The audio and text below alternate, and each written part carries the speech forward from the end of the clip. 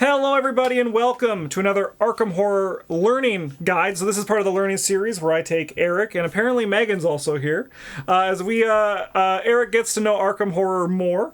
And also for people who might be learning the card games themselves, this is in the side-by-side, so there's going to be two cards that we're going to kind of talk about and discuss. And here, let me get this bigger for us on this screen, because that's what's more important. If you don't know, Eric and I have been playing a bunch of Arkham Horror lately, and Eric has been learning. And also, like, a huge thank you to everyone who's been supporting the series. Your Dunwich retrospective just went up, and there was a lot of positive comments just saying that they loved the series and they loved watching Eric learn, and that's pretty awesome. If you don't know who Meghan is also from the channel, and Meghan and I have actually also played Arkham Horror in the past. We've played 2 campaigns that you can dig out on the channel. That's true. So, Eric, side by side. So this is all about healing. Healing is a very interesting part of Arkham Horror, the card game, because, spoiler alert, it's not very good for the most part. However, recently, we always joke that we want to make a clickbait video that's called Has Healing Gotten Too Good? So, what my hope for this is for you, and for people watching, is to understand how this progression has happened and what makes healing good when it wasn't good before. Because with new players especially, you look at not losing and you think, I need to heal, right? Mm-hmm. I need to make sure that I'm not dying. And the best way to do that is to spend time healing yourself, when in actuality, that might not actually be the case. So why don't we dive in and look at this as we go through side by side with our first card here, which is some basic healing. So these are both event-based healings. We have Second Wind. This is a 1-cost event. Play only as your first action, so there's a limitation for it. Heal 1 damage, or 2 damage instead if you drew a Treachery this round. Then draw 1 card. Emergency Aid is a 2-cost event. Choose an investigator location. Heal 2 damage from that investigator or from an ally asset he or she controls. So, Eric, looking at these two, once again, with this game works, as you know, there's never like a 100% right answer. There's cases where everything kind of fits. But looking at these two, which one do you think is kind of just more blanket playable? I think you've broken the streak of putting it always on the left side for me. Yeah. I think it's Emergency Aid. I think it's Emergency Aid because it's a 2-event cost item, which is it does suck, but it's got some good symbols on it if you don't end up playing it. And the fact that it's choose an investigator at your location, meaning that you can target more than yourself or an ally asset if they've been dumping damage onto that, feels way stronger than that for me. Second Wind, even though it's a 1-point item, it's got that limitation. It only heals 1 damage unless something else bad has happened to you, in which case, great, that's okay. And card draw is good. Like, I would potentially play this more for the card draw than I would for the healing. But I feel like in terms of healing, I would go with Emergency Aid. So, I actually did not break my trend. No! The leftmost one, so this one's a bit weird because, like, the Emergency Aid, 2 cost is a lot for this effect, right? Because if you look at it, you're, like, healing 2 for 2, so it's 1 point per heal just on, like, stripping it down. Yeah. Second Wind, you're only playing it when you can heal 2. So you're paying 1 resource for 2 healing, so you get more bang for your buck. It also replaces itself, which is really good. However, Emergency Aid, to your credit, does have the benefit of healing ally assets, so there's that synergy there. However, where this is good is that you touched on the point. Second Wind is just generally more playable because you heal 2 damage if you drew a Treachery this round. Guardians, who are Second Wind as a class, they fight monsters. What do you do if you don't draw a monster? You waste your time, you draw cards, you gain resources, or you could heal 2 and then also draw a card. Oh, okay, that makes sense. Yeah, so it's one of those weird things. However, once again, like, if someone played Emergency Aid because they had allies that they wanted to heal, I wouldn't blink, right? These, I think, are 2 generally, like, I put Second Wind in a lot of my decks. Like, it's I put it in probably, like, you know that Mark Harrigan deck I played? I had it in that deck because, you know, Mark Harrigan aims to take damage, and then I can heal damage when I don't draw a monster. However, if you're playing allies, Emergency Aid is also very playable, but just as general healing, not the greatest. Not the greatest. So we're going to keep this going. We have now, looking at 2-cost cards. So this is the Meditative Trance. And one thing I just got to say that this kind of put into your head for all of this, and kind of just generally for people watching at home, put it into your head of what makes healing like good and what makes healing bad is the amount of tempo you put into the healing that you get out, right? So if we just look at these two, and like even just that these two are like just very similar, strip it down. 2 damage for 1 action. 2 damage for 1 action versus a 1 resource difference. This is where we start to see kind of like the difference between the power of healing in this game. Yeah. But now let's look at these two. So pretty close. 2 2s for healing. Meditative Trance. For each of your arcane slots that is filled, either heal a damage or a horror. So arcane slots, if you don't know, for people watching at home, are spell slots. That's what we call them short form. But basically, if you're playing like a Shriveling, which is just takes up your spell slot, this would heal 1. If you had 2 things in your spell slots, which you have 2 base, you can heal 2. However, you can also get more spell slots and fill those as well. So looking at these two, Eric, which one vibes to you more? I like Meditative Trance better. I like that it's either 1 damage or 1 horror. I think that's really helpful. I want to like it more, but I also know spells are expensive. And it's often very difficult to have all your spell slots filled. Oftentimes you're burning through something and replacing them, or at least I was with my particular spell slinger. I'm gonna say Emergency Aid again. That's, I think, the right choice here. Okay. Meditative Trance is kind of unplayable. Ooh. It's actually just like not like there's decks. I'll say this again because I know someone is going to be like, I played Meditative Trance and I made it work. But you could do better. Like you can do a lot better, right?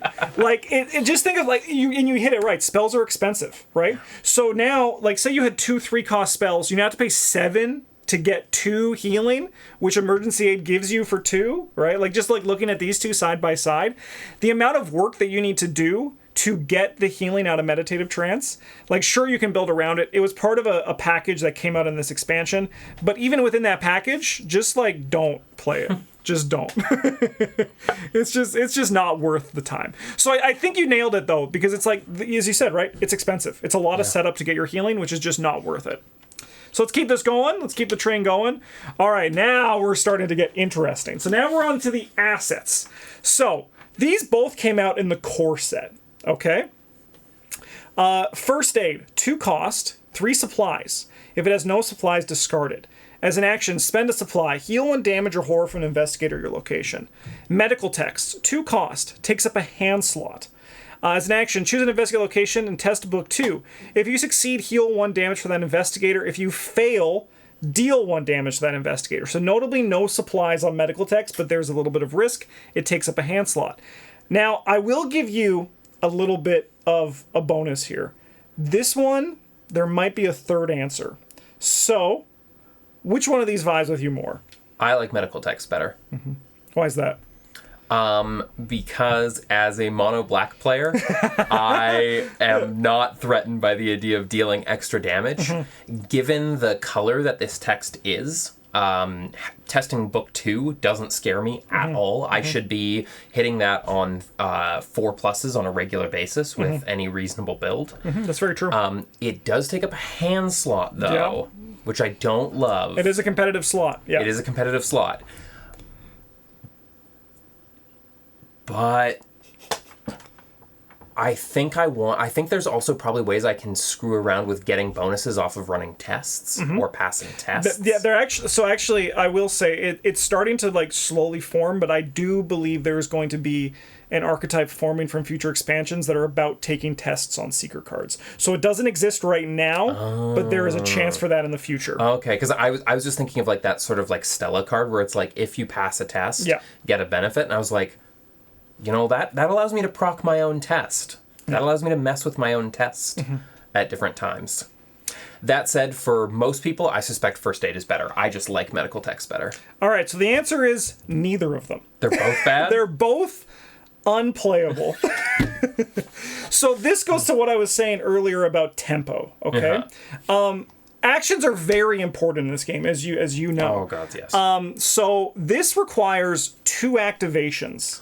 2 actions until you start seeing any sort of progress from it, right? Like, and especially like, while I agree, you're very likely to pass the test as a Seeker, and the damage might not matter, with all that said, do you want to spend one of your 3 actions to deal damage to somebody, right? Even the risk of it. Likewise, where these really suck is the fact that it costs an action to play and then actions to use. So if you look at this compared to Emergency Aid, which we were just looking at, 1 action, 2 resources, heal 2.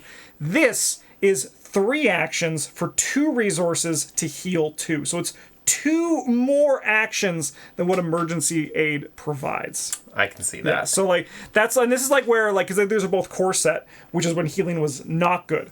And it's gotten better, and we're gonna see the improvement of this goes. But that's kind of where it's better to spend your time winning than it is to not lose. Like a classic Magic thing, you know that from limited Magic, right? Or also just general Magic, not just limited Magic. It's just my most played Magic. But also the idea that I had a thought that literally just crawled out of my brain. So that wound, which I've been trying to figure out what is actually going on there. Yeah, I know. They actually changed the art because apparently it's too gross. Really? I want more gross. But also, that just looks like that man is made of nothing but gummy worms on the inside. Are we all? Do you know you're not made of gummy worms on the inside? According to the medical text, I am. Yeah, exactly. It's all gummy worms all the way down. All gummy worms. All right, so let's keep this going. All right, so we have First Aid, which we know and love. We just talked about it. But now we have Earthly... Who is it? We have Earthly Serenity. This is a 2-cost, 1 experience. Notably, this is a multi-class card, so it's in Mystic and Survivor. Takes up a spell slot, has 4 charges, and as an action, you test Brain 1. For each point you succeed by, you may spend a charge to heal a damage or horror from an investigator location. If you succeed by 0, lose a resource. That is significantly better. Yeah. Yeah, and I can also see why it's 1 experience as well.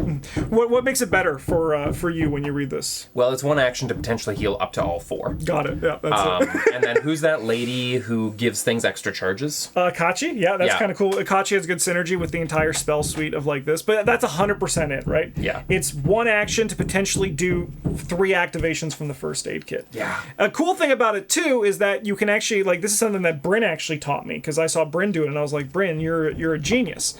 If you succeed by 4, but in other words, if you succeed by 3, don't use all 3 of it. Only use 2 of your charges because then you're still tempo positive on a future success for it. That makes a good point, which I think too. is just really. I think there's a lot of power, and this is one of the ones where healing started to get interesting. Mm-hmm. Yeah. So yeah. All right, let's keep this going.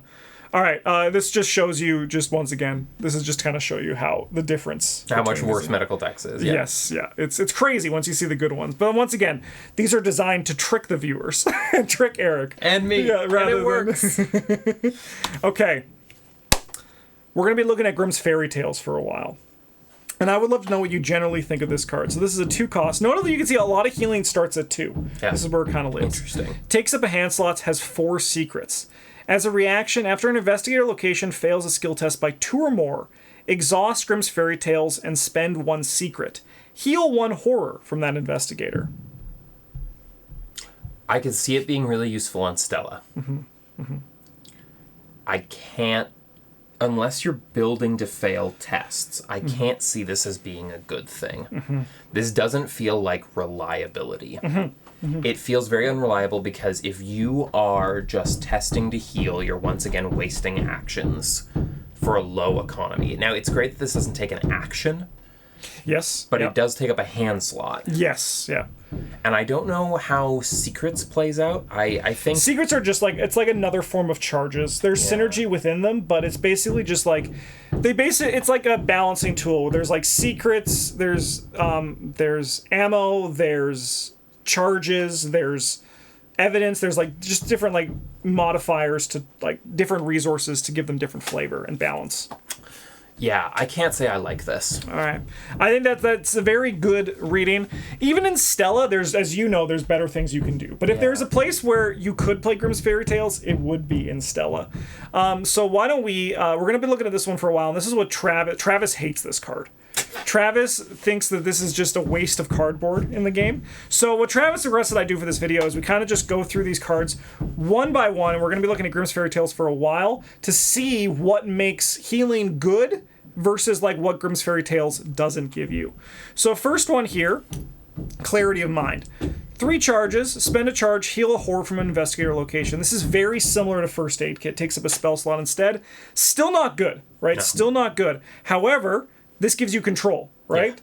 Yeah. Grimm's Fairy Tales does not give you control, right? It's like, you have to like go out of your way to fail, which you can, but like, you're failing. Unless you're Stella, and like you're playing, or like look what I found, as you know, but like you can just do better than that for healing as well.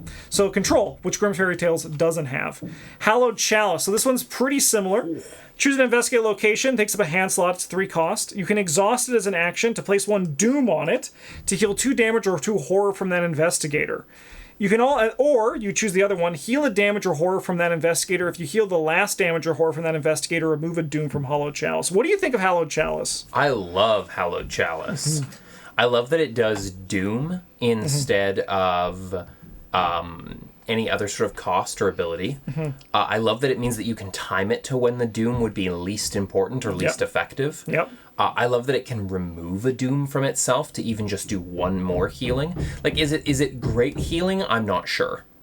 I'm not sure that it's necessarily efficient in terms of actions, but the fact that you could really screw with the doom track, or if you know the game really well, know when it's okay to advance to the next one and still burn off a few uses of Hallowed Chalice. Or like on the phase before the turn before the doom is going to advance, right? Exactly. Because with that one, you can just slap a whole pile of doom on this thing and then remove it piece by piece as you get everybody down off that last little bit of healing. So this one's actually kind of funny. The jury's still out on this one for me. When we first were like, when it was, because this is from the newest set, so we've had the least time playing with it, with a lot of these cards here.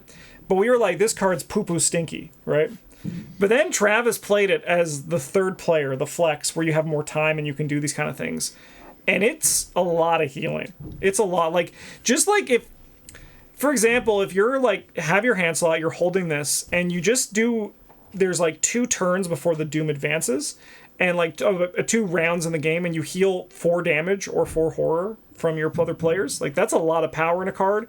And then also just like, it's very easy to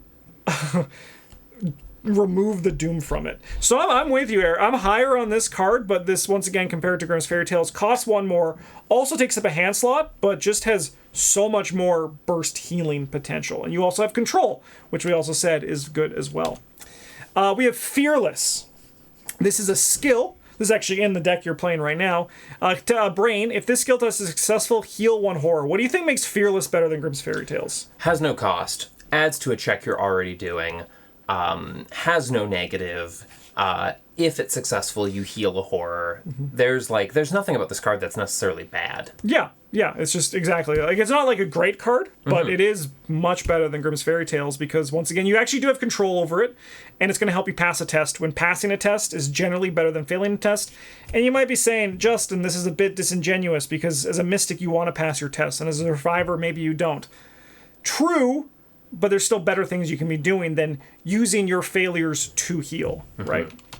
All right, now we actually have a very good comparison here. So this one, I'm not pulling any punches. This one's a very close comparison. 2 cost, Bandages. This is an item. 3 supplies. If Bandages has no supplies, discard it. As a reaction, so this is also a reaction like Grimm's Fairy Tales. After an investigator or ally asset or location takes 1 or more damage, spend a supply, heal a damage from that card. So good. There's so much that's good about this. It triggers on when you are suffering. It affects allies. It gets discarded, which I know there are certain decks that like to have certain dredge effects and getting to, for non-magic people, basically messing with your discarded cards. Yeah, this is good. Yeah. I like this. It's so much better than Grimm's Fairy Tales, and it's actually like a pretty 1-to-1 comparison between them, right? Both cost 2, both in red, both have limited uses, both have reactions. Bandages are probably one of the strongest healing items in the game. It's crazy how powerful they are. No hand slot either. No hand slot. Megan's taking the Cliff Notes down for the course, and it's just like, it's got it all. No hand slot. I've just been thinking about that one for like the last 5 minutes, and I was like, it's their video. I'm not saying anything. It has the ability to heal allies, which is huge, Yeah. right? There's the Beat Cop level 2, which you can deal a damage to them to deal damage to an enemy, and then heal the damage off the Beat Cop. Oh, that's gross. It also, if you have 2 of them in play, you take a damage and get positive. So Yeah. you take a damage, you're now, healing damage. There's a time Brendan and I played, we had 3 in play, so you take a damage and heal 2. It was great. It's so scary that I personally believe that it would be bad for the game if a horror version of Bandages exists. Because, I think Bandages is just, like, really damn good. So, I think Grimm's Fairy Tales can exist as the horror version of Bandages because I don't think we need more of it. But Bandages is just crazy good. That's really strong. Earthly Serenity, as we already talked about. Burst Healing. Comparison. Healing. Also costs 2. Also in Survivor. Also takes up a slot. It can also do the horror, though. Yep. So it's actually, in some ways, better. Yeah, better. That's, I couldn't have put it better myself. And then I think this is our last card to talk about for healing here before I do my little roundup at the end. But this is I'm curious why, Eric, for your opinion on this, why Peter Sylvester, as you know, is better than Grimm's Fairy Tales because they've always been. But this is Peter Sylvester, big man on campus, otherwise known as my boyfriend. 3 cost, takes up the ally slot. You get +1 foot. After your turn ends, heal 1 horror from Pete Sylvester. It's because I've never seen pants like that on a human being. It's true. I don't really understand what's going on with his pants and his hips. They're football pants. Is that actually what they look like? Yeah, they've got like pads in them. Yeah, at least in the 1920s. But like all the way up. Yeah. With the divot with the belly button access. Yeah, it's because that's when you get a touchdown. Everyone goes and pokes your belly button for good luck. So they need to have easy access. That's why I can't play. Yeah. That's why I can't play this. Well, for one, I mean, he's a 3-point asset. He gives +1 foot, which is solid.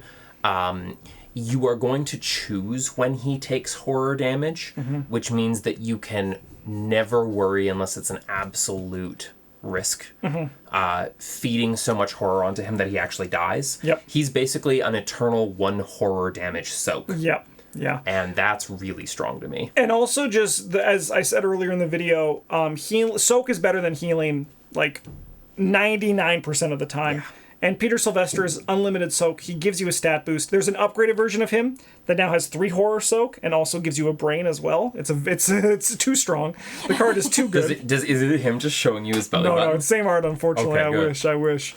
But it just shows you just like the power of soak versus this. They both are healing horror, but Peter Sylvester is just like gonna get you. You're never gonna die with Peter Sylvester in play, and he's just so damn good. But like, it really boils down to like, I think that's the closing of this video. When you're looking at healing, and you actually, Eric didn't fall into this trap when you built your first deck. I'm actually thinking Meghan didn't either. No, Meghan played Ursula for her first time, I think. Don't even remember. Yeah. So long ago. Yeah. But it was you didn't fall into the trap of healing of just like it's better to push the game forward than it is to try to stay alive. And if you are worried about dying, because there are scenarios that will try to kill you, the game is designed to kill you. What you want to look from your healing is you want to look for healing positive tempo, right? And why Bandages is good as well, like if we go back to Bandages just over here for a second, is that it's essentially soak, right? It's essentially the same as Pete Sylvester, but different. This is burst, so you get like positive tempo. This is just soak that gives you a bonus and also is just like really damn good. So like with healing, you got to look at yourselves of just like, rather the question is, how do I stay alive? It's how do I spend the least time trying to stay alive, right? Like that's what it is. Just the least amount of effort you can put in to living is the better your deck will be, because then you can have your other cards to help you win, as opposed to having a bunch of your cards there to make you not lose. And that's why we play mono black. Yeah. But I mean, in all fairness, the mono black mentality is a huge Gesundheit is a huge discovery point to all card games, right? So true. Where your damage and horror are essentially a resource. to the point where I don't start freaking out about my damage and horror until I have like 1 left, right? Because then it's like, I'm not dead until I lose my last 1. And it's the same in Magic. You're not dead. Like 1 life doesn't mean you've lost the game of Magic the Gathering, right? And I think that kind of philosophy you should bring into Arkham Horror, where you should play with the fear of dying in your mind, because it can happen, and just don't let it like dictate your deck, right? You should have plans, and once again, those plans should be the most tempo efficient plans that you can get, because it'll help you win more Arkham Horror. If you want to play First Aid Kit, do it. I've played it recently because I thought, hey, let's give it a shot. And there's upgraded versions. There's an upgraded version of First Aid Kit which heals, I think, a damage and a horror. Or it also does have ally assets, and it's like good healing in the deck that it exists in. But if you're playing, let's just, for example, I'm going to pull like a random guy from my head. I don't know, like Tommy Muldoon. He lives to soak. Will Yorick, he lives to soak. If you're going to play Carolyn Fern, she lives to heal. So like there's some windows there where like the tempo kind of changes, and this is where like leveling up your gameplay comes from in this game, is figuring out when you should run things and when you should not run things. So, in closing, I think Eric did really good for this one. I think you did great. It actually, just as a final point, it reminds me of our final game. No spoilers to go see it, but Justin ends up in a really tight bind, and it's actually by action economy that Justin ends up escaping the game. Yeah, that is true. Through anything else. That's actually a great example. Yeah, because it's just like, it's just no, Eric, I'm not even gonna step on the toes of that statement. It was perfect, and I'll just ruin it. Thanks for watching, everybody. We have another side-by-side coming up in the future where I'm gonna test just general cards as opposed to one theme. But I hope you enjoyed this, and I hope if you're trying to learn Arkham Horror, then maybe this gives you some guidance on healing. But in the meantime, have a good one. We love you, and as always, a GG's.